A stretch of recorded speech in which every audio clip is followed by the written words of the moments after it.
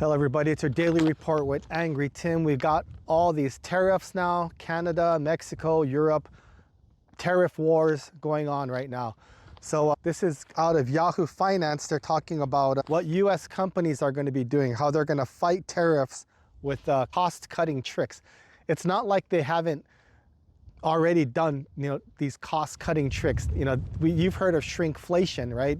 Where they'll sell the same, like a box of cereal for whatever, $5, but instead of having 100 ounces of cereal, they'll shrink the box down to 90 ounces of cereal. You could barely tell the difference, but the price stays the same, but they keep shrinking the box. So your $5 only gets you 90 ounces of cereal instead of 100 ounces of cereal. They've been doing that with food.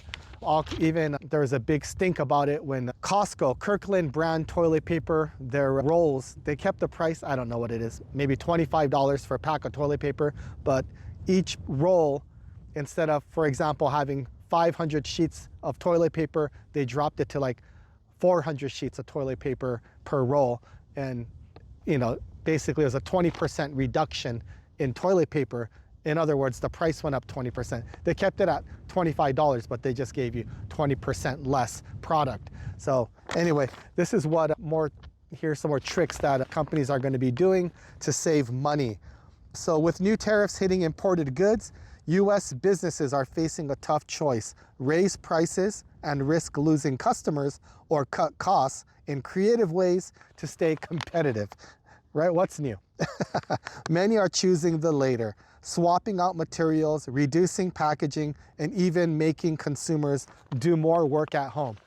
I really hate that work at home, all these build-up furniture, IKEA, I hate that stuff. It's like almost anything you buy now, especially everything from Amazon, comes in a little box and you have to assemble it yourself with these worthless instructions.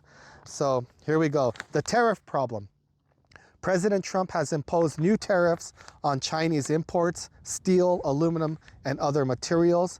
These taxes make foreign goods more expensive, and companies that rely on imports are feeling the squeeze. Rather than directly raising prices and scaring away customers, businesses are quietly finding ways to save money, often at the consumer's expense. So here's one of their ideas. They're going to use slimmed down packaging. Companies are redesigning their packaging to save on materials and shipping costs. Some are switching from plastic inserts to cheaper cardboard, while others are shrinking box sizes to fit more products per shipment. Abacus Brands, a toy and educational product maker, has started using thinner packaging, reducing shipping costs without customers even noticing. Less paint, fewer extras. Toy manufacturers are also cutting corners on design. Aurora World, a plush toy company, is using fewer colors to lower material and labor costs. How much does it cost for color? I don't know what kind of toys they're painting, but okay. It's a plush toy company, and they're gonna use fewer colors to lower material and labor costs. This small tweak can add up to huge savings when producing thousands of units. Another one, no more batteries included. Some electronics and toy companies are now shipping products without batteries. Instead, customers must buy their own, an extra expense that quietly shifts the costs from manufacturer to consumer.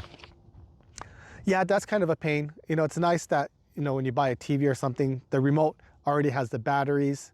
That way you can set up right away. So we're kind of used to that. Whenever you buy anything with a remote control, it usually comes with the batteries. Now, I guess a lot of people might be caught off guard, and they're gonna try and set up whatever they buy, their air conditioner, their stereo, their TV, and they're gonna have to run back to Walmart or wherever and pick up a set of AA or AAA batteries. It's kind of a pain, but I guess they're not name brand batteries in there. It's not like they put a pair of Energizers or Duracell batteries. It's some cheap Chinese. How much could that possibly save them? 10 cents? DIY assembly, my favorite. You might start seeing more "some assembly required" labels. Instead of shipping fully assembled items, companies are sending parts and making customers put them together. This saves on labor and reduces shipping costs by allowing more items to fit into each box. Sorry about the wind here. We've already been doing that, but it's like you can't buy anything nowadays without having to put it together. You might as well just send us raw material and we'll just start melting down the iron and aluminum and you know, start our own molds. Maybe 3D printing will get a little better and we can just start printing things out instead of having to, you know, buy some plastic parts from China in pieces that we have to screw together. We might as well just print that at home and screw it together instead of, anyway, having China print it and pack it and ship it to us if we have to put it together anyway. So, I mean, maybe there's a whole business there for people who are, you know, very handy. They like to put together desks and furniture and, well, I don't know what other little things, but that might be a good little side hustle for someone.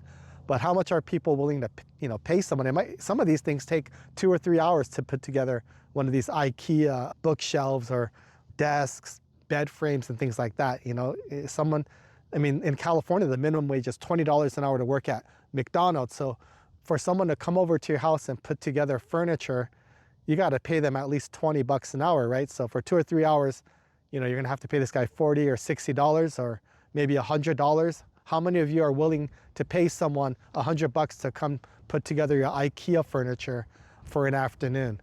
So, or I don't know, do you just buy it fully assembled? But again, that's probably going to cost more than $100 more than buying one of those pre-boxed IKEA furniture items.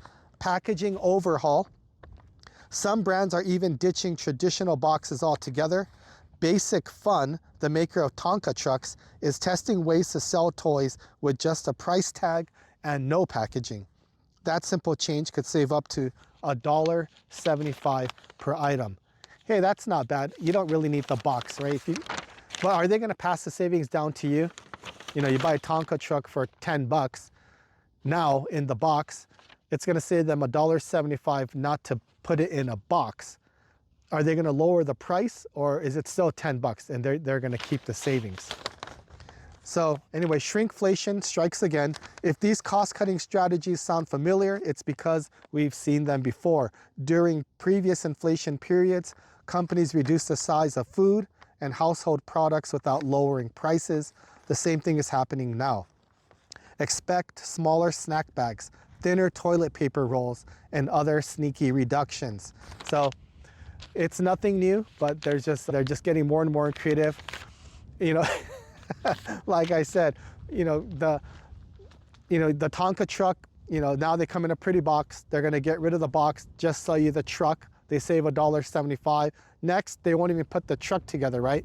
It'll just come maybe on a long string with all the pieces, you know, hanging off this little string, and you're just going to buy parts, and then you're going to have to go home and put together this Tonka truck. Maybe that saves them another $2 or $3.